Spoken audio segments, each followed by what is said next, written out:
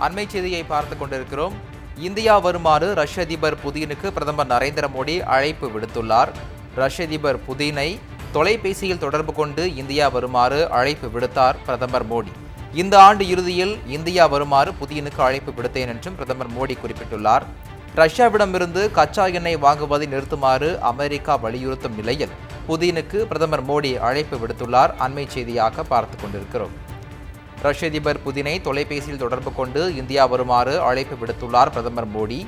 இந்த ஆண்டு இறுதியில் இந்தியா வருமாறு புதினுக்கு அழைப்பு விடுத்தேன் என்றும் ரஷ்யாவிடம் இருந்து கச்சா எண்ணெய் வாங்குவதை நிறுத்துமாறு அமெரிக்கா வலியுறுத்தும் நிலையில் புதினுக்கு பிரதமர் மோடி அழைப்பு விடுத்துள்ளார் என்பது குறிப்பிடத்தக்கது. அண்மை செய்தியாக பார்த்துக் கொண்டிருக்கிறோம்.